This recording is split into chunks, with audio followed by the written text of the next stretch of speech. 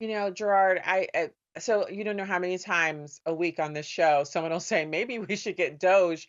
I vote for an expansion of Doge. I think Doge needs at least 4 or 500 more employees because they're literally culling non-existent workers from the federal bureaucracy. That could make room for Doge to expand exponentially to send out Doge members to examine because I'm afraid I'm pretty sure, though, Gerard, that we'll find a lot of fraud, waste, and abuse in the funding that goes to prisons.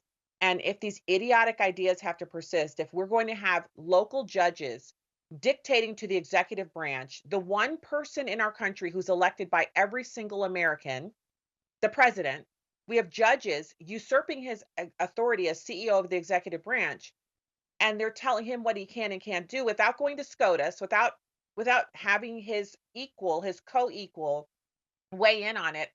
I told you I'm just a Law and Order lawyer. That I've watched all the episodes of all the different iterations of Law and Order. That's all I've got.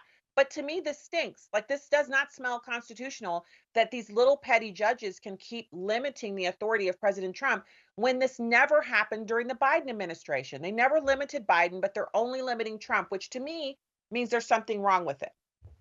Well, this is part of the system. You find a judge whose political ideology aligns with what you want, and you get them to issue a ruling. But then you go into the process of having this appealed, and a year or two from now, you will see these cases before SCOTUS. It will ultimately be the Supreme Court that decides a lot of these.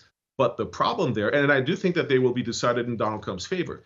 But the problem there is this will take time. This will take a year, 2 years. And in the meantime, we're paying hundreds of millions of tax dollars, not just for these legal battles, but to keep things in the status quo, keep things the way they are until the Supreme Court comes in and decides. So ultimately, we need a better way of doing things. We need a more expedited review process so it doesn't take conflicting court opinions, screwing up what we understand to be the law. We need more clarity, and we need it sooner. We don't need this 2 year or 3 year period of appeals from inconsistent rulings.